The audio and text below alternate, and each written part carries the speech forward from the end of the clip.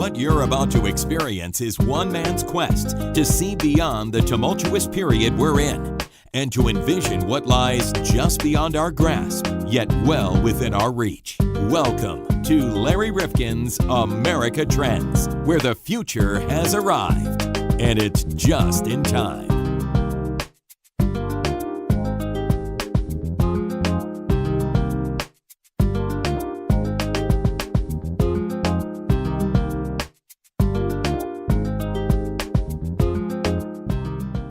Foreign policy is our domain on America Trends. We're looking at it because it's such an important part of our worldview, of our budget, and the way America has projected force and its own image across the world. So I'm Larry Rifkin. John Krofsik is with me. And we've got an incredible presenter in just a moment, Stephen Walt from Harvard University. And the book is called The Hell of Good Intentions. And John, he really lays out for us the fact that we've got to look at the way we have been developing our foreign policy over the years in lockstep, conservatives and liberals together in this clench and this establishment that no one has challenged. Oh, I agree. And like I've said before, our military has got to be worn out from all these entanglements we're in, and just the sheer money we're spending is just incredible. Well, there's another way to do this without America retreating, without becoming isolationist. There is another way that we can certainly project what it is that our values suggest about our foreign policy, but we've got to take a turn. And I think it will happen. We talk about that toward the end of the interview.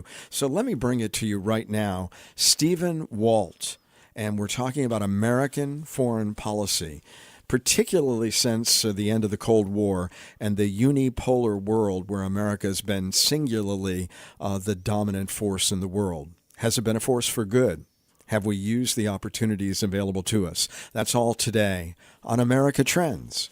With us on the line is Professor Stephen Walt from Harvard University, and his book is called The Hell of Good Intentions, America's Foreign Policy Elite and the Decline of U.S. Primacy.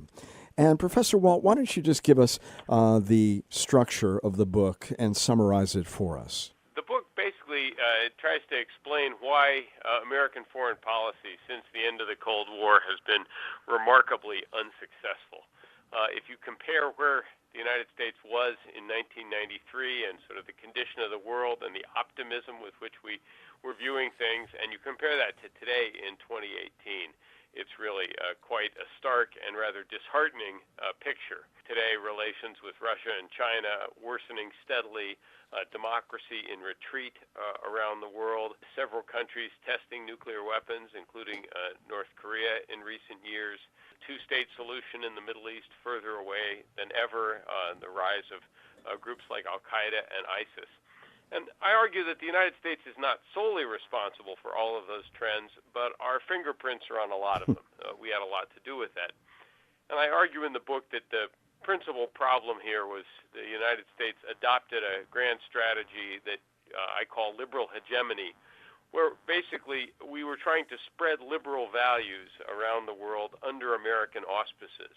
This was a highly revisionist grand strategy where we were essentially trying to shape local politics all over the world. And however much we may like those liberal values of democracy, human rights, rule of law, open markets here in the United States, they turn out to be hard to spread to other countries, and doing so has profound negative consequences.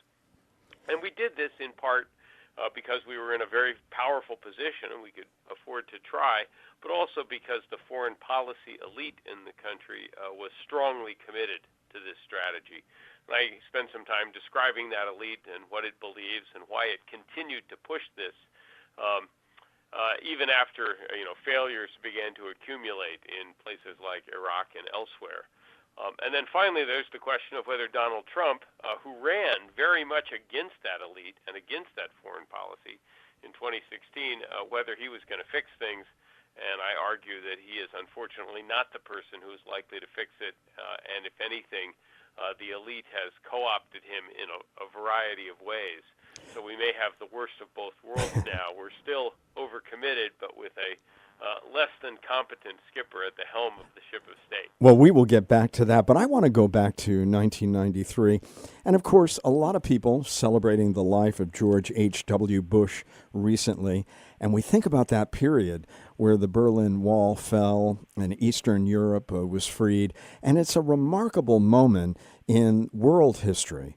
And the United States, now the unipolar world that was being created, we were the only dominant force on the scene. Where did we go wrong? That's exactly right, by the way, in summarizing the optimism that many people felt in the early 1990s, and there were good reasons for it. Victory in the Cold War, victory in the first Gulf War.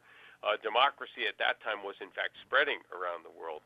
I think that the taproot of the error was to believe that it would be easy to accelerate those trends in many parts of the world. That the United States could use its power, both its economic power but also its military power, to shape local politics in a variety of places. That this was the right thing to do, but it would also be easy to do. And I pin the blame here mostly on the Clinton administration for being overconfident that this would be, easy to do, it would be cheap, and at very little risk to the United States. And the problem is, first of all, this generated a lot of resistance in various places from countries that were threatened by it. But also, when we succeeded in regime change in various places, we didn't end up with flourishing democracies. We ended up with failed states or costly occupations instead. So it was a miscalculation of how easy this was going to be and whether or not we really had the knowledge, the wisdom, and the skill to pull this off. A lot of people looking at history would say, is this the way an empire crumbles? Great power, as you say, have always sort of had a justifying story and thinking that our ideals and values should be shared around the world. Is that just too grandiose a notion? I think that's right. I think we forgot that local identities, the desire for local autonomy, was quite profound and in many parts of the world. And we also, I think, misunderstood that when you change an entire political or social order, that's a wrenching experience, and the results are often very hard to forecast, very hard to predict. Democracy is a wonderful system, but the democratic order that we're familiar with, of course, took decades, if not centuries, to evolve in the West. And the idea that the United States or its allies could create flourishing democracies almost overnight in places that had never been democratic before, I think was actually somewhat delusional. It really was a form of ideological hubris there. There's one other part of this story, of course, which is globalization, the rapid expansion of global markets, which again had some desirable effects for millions of people in Asia and China and elsewhere, but turned out not to have powerful economic benefits for much of the lower and middle class in Europe and here in the United States. So we've seen something of a backlash against that, most notably in the Trump administration. Democrats, Republicans, they have all bought into a certain liberal hegemony, as you call it.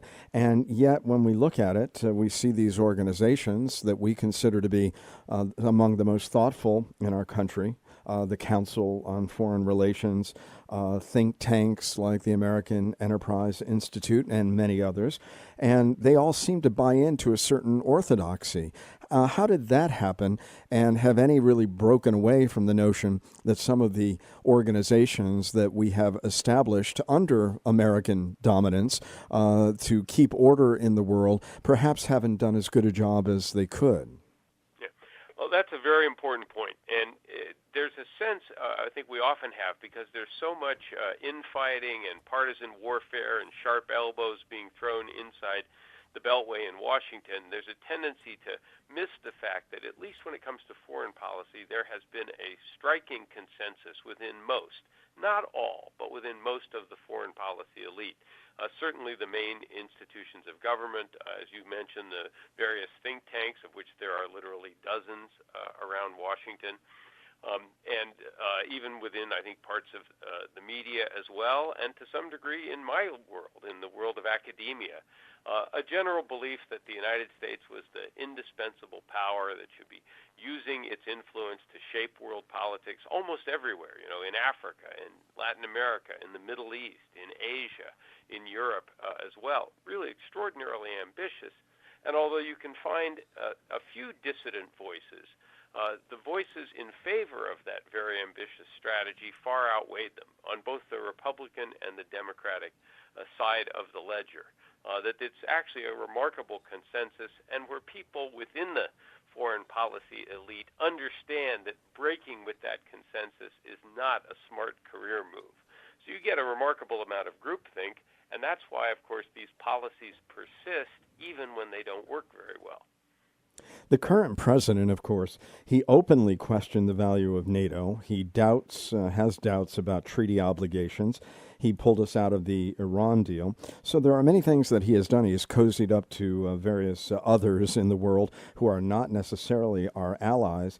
And yet you say that really, in the main, he's not that different from our predecessors. Why do you say that?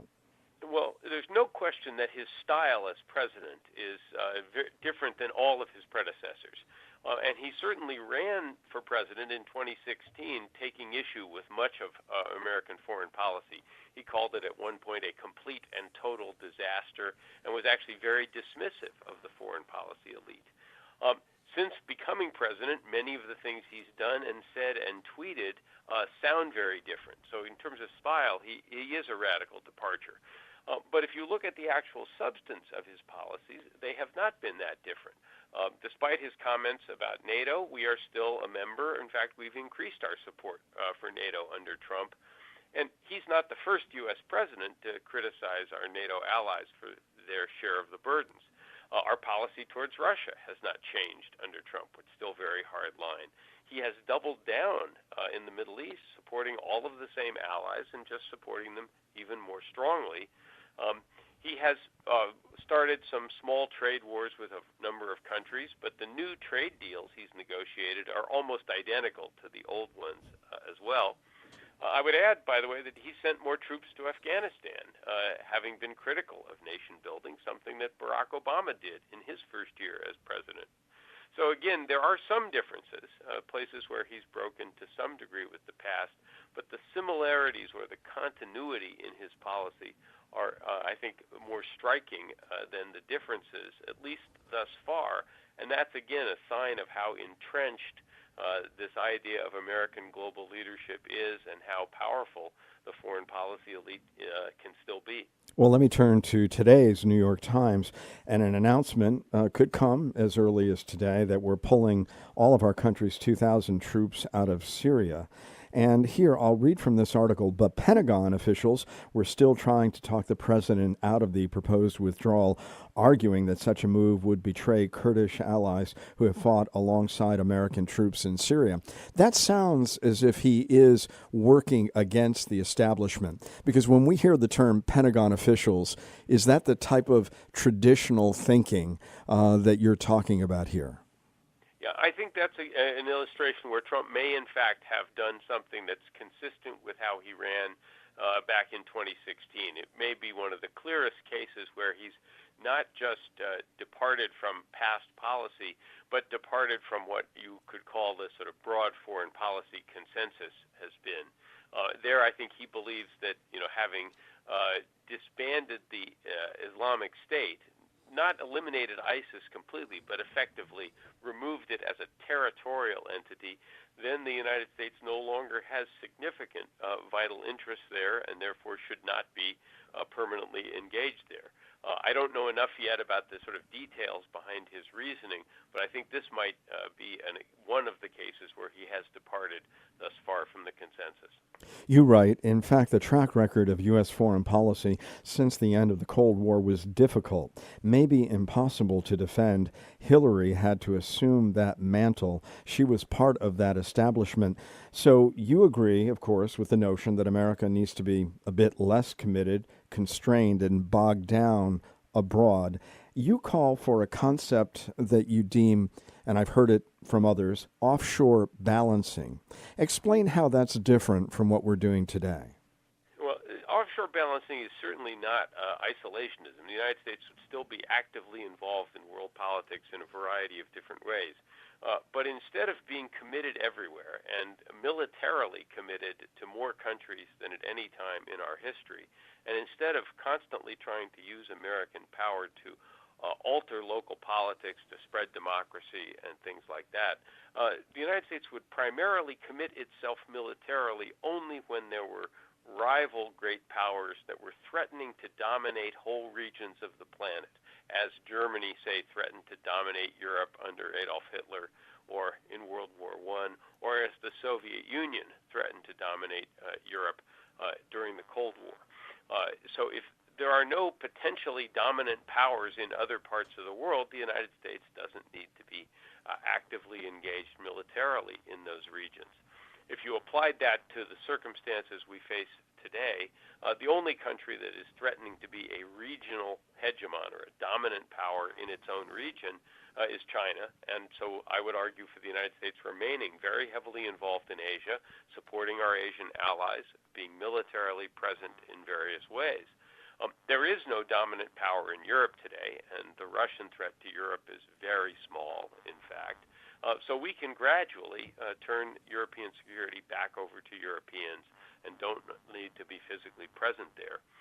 We also don't face a dominant power in the Middle East. We couldn't control it when we were there in force, and there's no Middle Eastern country that's in a position to dominate the region. It's deeply divided. So we can go back to the policy we followed roughly from 1945 until the first Gulf War, where we have diplomatic relations there, we even have security partnerships there, but we don't have a big military presence there because it's simply not necessary. And in that sense, you would argue that what President Trump may be about to announce in Syria is consistent with that. In short, we're playing a balance of power game in areas that we deem strategically important, but we only get involved in those places when the balance of power is in danger of breaking down. Now, the Trans-Pacific Partnership, which in fact was something that Barack Obama wanted to do in relation to that concern that you pose about China in that region, was he on the right track with that? I think he was. The Trans-Pacific Partnership was a multilateral trade arrangement that would have had, I think, some modest positive economic benefits for the United States. But it was equally important as a strategic initiative to link a bunch of these countries politically and economically to the United States. And it was something that Asian leaders had worked very hard to sell within their own countries as well. So this, to me, was a blunder by President Trump when, on, I think, his third day in office, he said we were not going to participate in the Trans-Pacific Partnership. I think that, first of all, created an opening for China to build deeper partnerships with those countries, but it also undercut some countries that wanted to be close to the United States, largely for security reasons. So in this sense, I think Obama had been on the right track, and Trump took a step backwards. When you talk about the foreign policy establishment, why is it so lockstep? Because you do have neoconservatives, you have conservatives, more traditional liberals involved in this, and it sounds a little bit conspiratorial, but why do they so much agree on some of the basic tenets? It's definitely not any kind of a conspiracy. There's no sort of secret committee someplace that's writing out what the orthodoxy is and then imposing it or indoctrinating others. I think it's very much a consensus operation, and it's in part because the foreign policy elite is to some degree self-selected, but it also, in a sense, is a community where people know each other well and where, especially as you rise within it, everybody has and develops a reputation. There's no exam you have to take in order to be part of the foreign policy elite. You don't have to have a real estate license or anything like that. What you have to do is have other people in the elite, and particularly people up the ladder, think well of you and trust your judgment and think you're loyal and energetic and knowledgeable as well. And in other words, success depends on your networks and your reputation, and that creates a very powerful incentive for conformity, for sort of figuring out what's the consensus view and remaining within that. Because if you stray outside on any particular issue, people will begin to wonder if you're reliable, wonder if you're someone who can be trusted with great responsibility. So while there are a few exceptions, and I might be one of them myself, that generally people within the foreign policy elite and ambitious young people who are on a rise within it know that they have to paint within the lines, not because of it's a conspiracy, but simply because there's a powerful set of incentives for conformity. If we go back and we look at the Oslo Accords, you look upon the bipartisan failure of the Oslo Accords as a key clue as to the inadequacy of our post-Cold War foreign policy. Help us to unpack that. Well, I think the United States obviously was in an ideal position after the initial agreement between Israel and the Palestinians to work towards some kind of separate solution, although the Oslo Accords doesn't call for two states. The United States quickly decided that a two-state solution was the best outcome, where Israel would retain its presence, and of course the Palestinians would get a state on most, if not all, of the West Bank and Gaza. Then all three American presidents, Clinton, Bush, and Obama, tried to advance this, and all of them failed. And they all failed basically because they only put pressure on one side. They pressured the Palestinians to make continued compromises, but they were never able to bring any particular pressure on Israel. The point I make in the book is that what happened here was also a tendency to rely upon many of the same people to be the negotiators, to do the actual work. And the problem was that these people demonstrated over time that they really were incapable or unwilling of bringing us a real solution. And I use that as an example of the foreign policy elite's tendency not to hold people accountable. Again, it's not unique to them. That's true of many other organizations and movements as well. But in a sense, we keep repeating the same mistakes because we keep relying upon the same people. And when people do fail in these positions, we tend not to hold them accountable. The book is called The Hell of Good Intentions, America's Foreign Policy Elite and the Decline of U.S. Primacy by Stephen Walt, and he has joined us on America Trends. What is American exceptionalism in your view? And contrast these recent failures and blunders, because we really haven't won a war in a very long time, to when the system worked well and why we haven't had it working well for a long period of time, despite spending an awful lot of money and still seeming to be just about the strongest player in perhaps a weak deck, if you will. Well, first of all, American exceptionalism is a very complicated subject, and people have different views on it. I mean, it is basically the idea that there is something unique or special about the United States. It was most recently perhaps best expressed by former Secretary of State Madeleine Albright, who said while she was in office that America was the indispensable nation that sees farther than others do. This is sometimes captured in the famous phrase that Ronald Reagan liked to quote, that America was a shining city on a hill.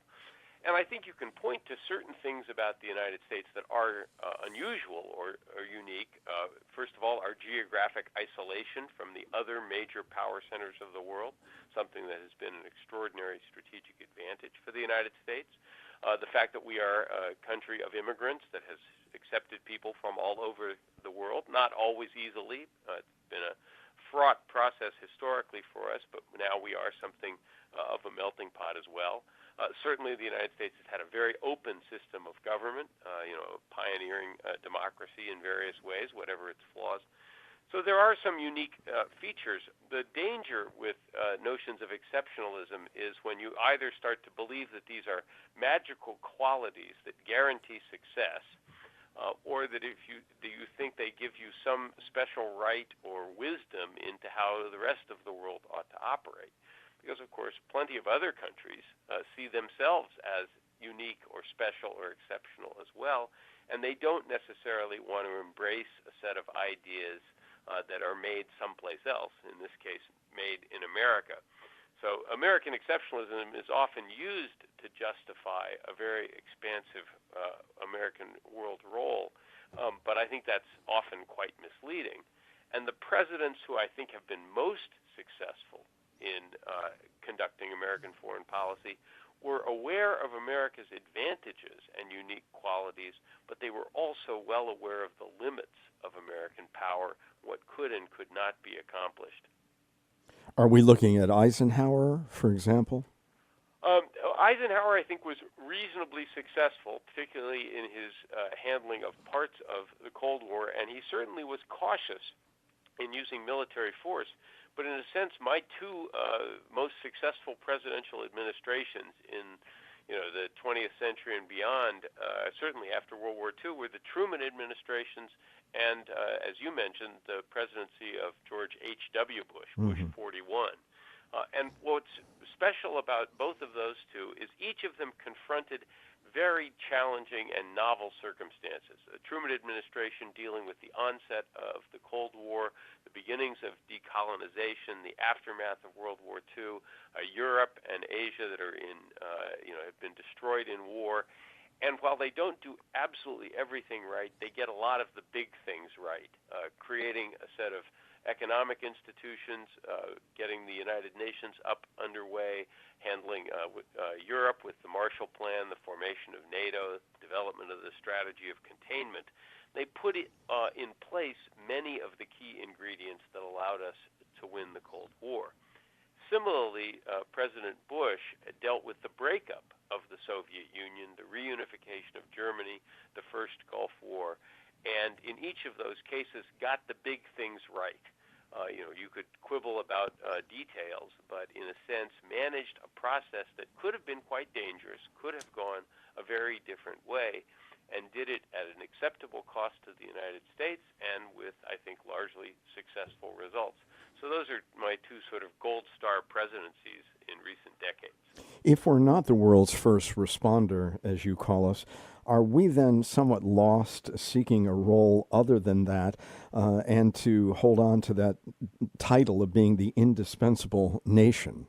Well, I'm not sure what I think that seeing ourselves as the indispensable nation was hubris of the highest order, because among other things, it committed the United States to sort of be in charge of handling lots of problems all over the world simultaneously. We were, in effect, creating security structures in many different parts of the world that were dependent on the United States doing the right thing almost all of the time. And the problem is no country is going to be that smart, that far-sighted, that wise to be able to handle all of those things. And we might have been better served back in the 90s if we had worked to try and create security arrangements that weren't dependent on the United States being there to run them, being there to manage them, being there to respond if trouble ever occurred. We could have done more in Europe, for example, to create a security structure that embraced and included Russia as opposed to one that over time made Russia feel more and more beleaguered, more and more taken advantage of. I'm referring here to the decision to expand NATO eastward and to make that an open-ended process. That required the United States to remain very actively involved there, and I think it ultimately poisoned our relationship with Russia. So in that sense, thinking of ourselves as indispensable is probably counterproductive, as opposed to reminding ourselves that the first goal of American foreign policy is to make the United States safer, to make the American people more prosperous, and if possible then to set an example to the world that makes American values look attractive to others so they will want to adopt them voluntarily as opposed to having them imposed upon them. Are we afforded the opportunity to make more mistakes than perhaps others because, as you pointed out, our geography and the fact that it's not easy to get to the U.S. mainland and really challenge us from a security standpoint, other than, of course, something like 9/11? There's no question about that. That's exactly right.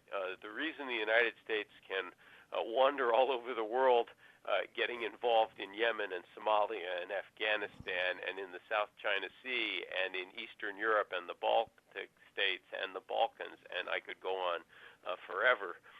The reason we can do all of those things is that we're not worried about Canada attacking Minnesota. We're not worried about a Well, maybe some people aren't, but no, I'm only kidding. I don't think so. that we are remarkably secure here. The Atlantic and Pacific Oceans are these two enormous moats, and while they don't protect us against everything, they protect us against many things. We're in a position that every other major power, I think, can only envy in that regard.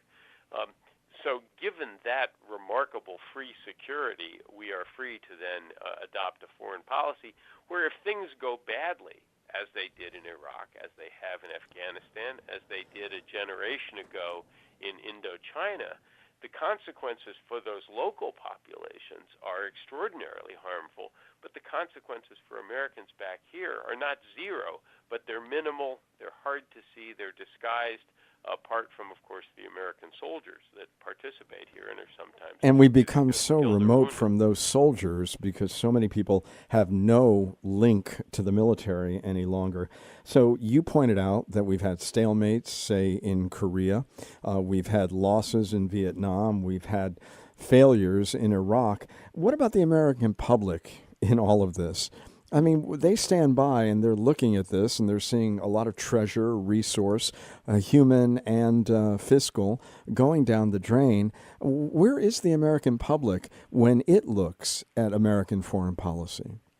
Well, there's two issues here. One is that actually, in order to have a very ambitious foreign policy, you actually have to hide the costs as much as possible. And successive administrations, Republican and Democratic, have both done this. So we don't fight wars. We don't fight even the war on terror by raising taxes to pay for it. We simply borrow the money. So Americans don't see it. They don't see it in their tax bills. They don't really recognize that there are real consequences because they're being deferred. We're going to ask our grandchildren to pay for this. Second, we rely on the all-volunteer force. So it's not like everybody in the country feels they have an equal stake in this. It's only people who have volunteered for service as well. And then we go to extraordinary lengths to protect our soldiers from harm, which is itself a good thing to do, but it further minimizes the sense in which there are any real costs involved. And the problem is that doing all of those things actually makes it harder to win some of these wars. We rely on drones, we rely on air power, we minimize American casualties, but the result is the war drags on forever, and eventually the American people wake up to the fact that this isn't going well. But it takes a long time. In the case of Afghanistan, it's been 17 years. And I think there's a pretty broad consensus among the elite that we're not going to win the thing, but there's not a compelling public demand to end it because, again, the consequences just don't seem that severe, and it's back on page 12 in the newspaper, not on the front page as well. This could continue for a long time. You tell us that the current president lacks the acumen, the discipline, and the political support to pull off a genuine revolution in U.S. foreign policy. Do you think we will see one soon? Do you think that that will be one of the talking points in 2020 and beyond, where somebody really does suggest offshore balancing in a way that the American public can really grab a hold of the concept and say, yeah, that's what we should be doing? I do. How quickly it will happen remains to be seen, but we are already seeing now, I think, a broader debate in public, partly, to give him credit, occasioned by the Trump presidency, who did, at least verbally, challenge a number of orthodoxies. On the other side, someone like Bernie Sanders back in 2016 was also suggesting a very different view of U.S. foreign policy, and I think we're going to see that in the 2020 campaign, a wider range of debate than we've seen in the past. Secondly, I do think China, as it continues to grow in power, is going to focus the national mind a bit more. We're going to see greater effort there, greater attention to Asia, as offshore balancers would call for, and that's going to leave fewer resources, fewer time and attention to other more peripheral issues, such as the Middle East as well. So I think over time you're going to see the United States shifting towards the kind of strategy that I lay out in the book. But whether that takes 20 years or maybe only 10 to 12, again, I can't know. I wrote the book in part to try and accelerate the process, but it's not going to happen overnight. Stephen, Walt, thank you so much for being with us today. The book is called The Hell of Good Intentions, and thanks for being part of America Trends. My pleasure.